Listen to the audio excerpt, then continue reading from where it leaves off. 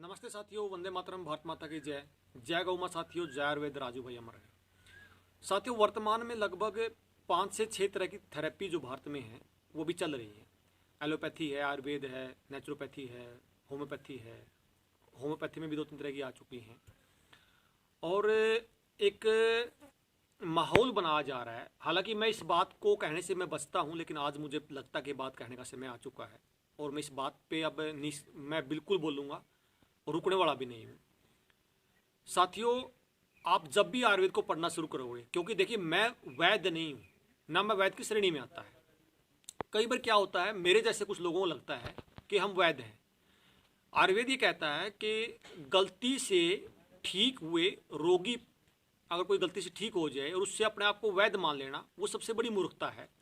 तो मैं तो आयुर्वेद को इसलिए पढ़ता हूँ ताकि मैं सरकारों के झांसों में ना आऊँ और एलोपैथी के इनके झांसे में ना आऊँ।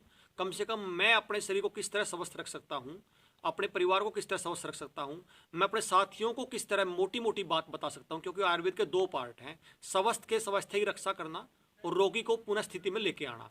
तो मैं जो ज़्यादातर काम करता हूँ पहले पार्ट पे, स्वस्थ के स्वास्थ्य की रक्षा करना, ताकि रोगी रोग ही ना आए, हम उस पर ज़्यादा फोकस करते हैं। हम कोई वैद्य की श्रेणी में मैं नहीं आता। साथियों, आजकल एक ट्रेंड चल रहा है, बल्कि एक पंचगव्य थेरेपी का नाम भी आपने सुना होगा, वो भी हम लोग करते हैं, हमारे पास गौशाला है कि। लेकिन पता नहीं क्यों नेचुरोपैथी में कई सारी पद्धतियों में आजकल आप एक चीज़ वीडियो भी सुन रहे हो कि मतलब हर चीज़ का इलाज कुछ दिन में कर देते हैं।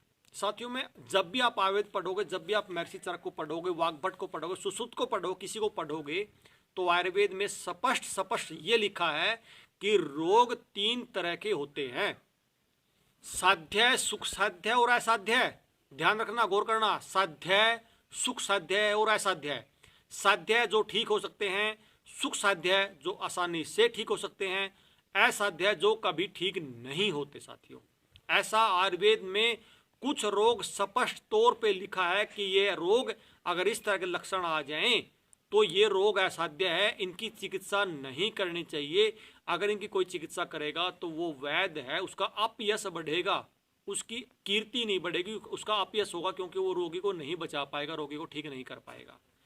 तो साथियों, जब आयुर्वेद इतनी बड़ी बात कहता है, और जो लोग, मैं नाम नहीं लूंगा, अगर कोई व्यक्ति आज ये कहता है कि मैं शुगर 2-3 दिन में ठीक कर दूंगा, मैं किडनी 2-3 दिन में ठीक कर दूंगा, मैं फलाना रोग कैंसर को मैं कैंसर की चिकित्सा की गारंटी लेता हूँ, साथियों वो आपके सबसे बड़े दुश्मन हैं।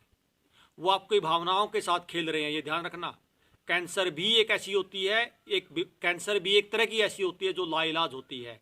हर बीमारी साध्य भी होती है, सुख साध्य भी होती है और असाध्य भी होती है।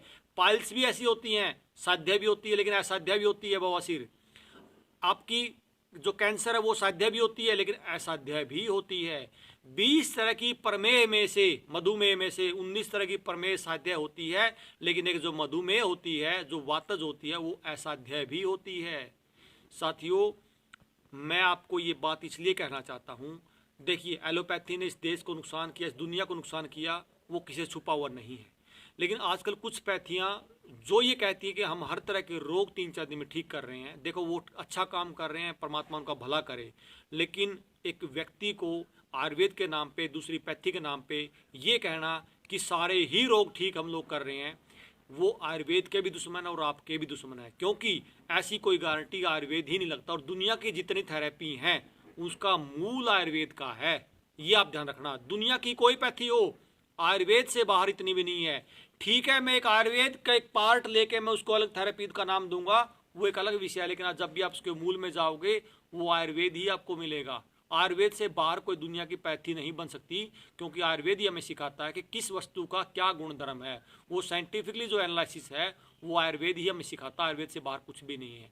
तो साथियों, जो व्यक्ति आज भ्रम की स्थिति में ये हों कि फलानी जगह पे 3 दिन में ये ठीक होता है, 3 दिन में शुगर ठीक होती है, 5 दिन में डायलिसिस ठीक होती है, इस तरह से ठीक होती है, मैं उन साथियों से भी अपील करूंगा, आप बहुत अच्छा काम कर रहे हैं, लेकिन आप ये जो गारंटी दे रहे हैं, आप जो हर व्यक्ति को ठीक करने की बात कर रहे हैं, ये भ्रामक प्रचार है।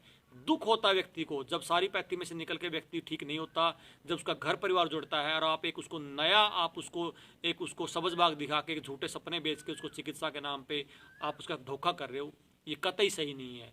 आप बिल्कुल गलत कर रहे हो। मैं आपसे निवेदन करूंगा, साथियों से भी निवेदन करूंगा, किसी को ये लगता हो कि जब मैं जाते फलाने जगह पे ठीक हो जाऊंगा, आप बिल्कुल गलती कर रहे हो।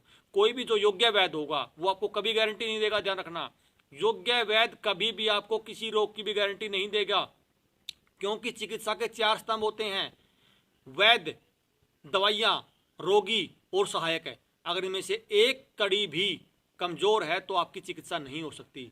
बल्कि आयुर्वेद में ये भी लिखा कि आपके कर्म भी, आपके जो आपको भोगना भी है, आपके कर्म सिद्धांत भी, आपकी दिनचर्या भी, आप जीवन में क्या करते हो, वो चीज़ भी इफेक्ट डालती हैं कि आप ठीक होगे कि नहीं होगे। तो साथियों, आयुर्वेद एक मतलब आध्यात्मिक का पार्ट है, रोग ठीक करना अध्यात्म का पार्ट है।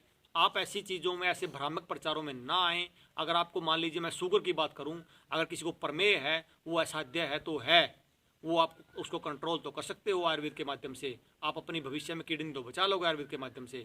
लेकिन अगर कोई ये कहे जी मैं आयुर्वेद से शुगर को पूर्णतः ठीक करता हूँ, वो आपका सबसे बड़ा दुश्मन है, क्योंकि वो असाध्य रोग में आता है और आयुर्वेद असाध्य की चिकित्सा करने की मनाही करता है। मनाही का मतलब वो गारंटी की मनाही करता है। आप आयुर्वेद से अपने मधुमेह के नियंत्रण कंट्रोल कर सकते हो, उसके पथ्या पथ्या में रह के अपना जीवन तो बचा लोगे, लेकिन पूर्णतः ठीक कभी, बहुत सारे असाध्य रोग हैं, मैं अकेले शुगर की बात नहीं कर रहा, वो नहीं हो सकते साथियों। तो मैं इस बात को सभी साथियों तक पहुंचाना चाहता हूं कि भ्रामक प्रचार में ना आए, और जो जो मूल है आयुर्वेद उसको जाने समझें, खुद पढ़ें। जरूरत नहीं आपको किसी की भी, संस्कृत में नहीं है, हिंदी में है। जिस तरह मैं पढ़ता हूँ आप भी पढ़ सकते हो। तो चरक संहिता भाग 1 भी ला के पढ़ सकते हो, अष्टांग हृदय पढ़ सकते हो, सामान्य साफ साफ सारी चीज़ें लिखी हुई हैं।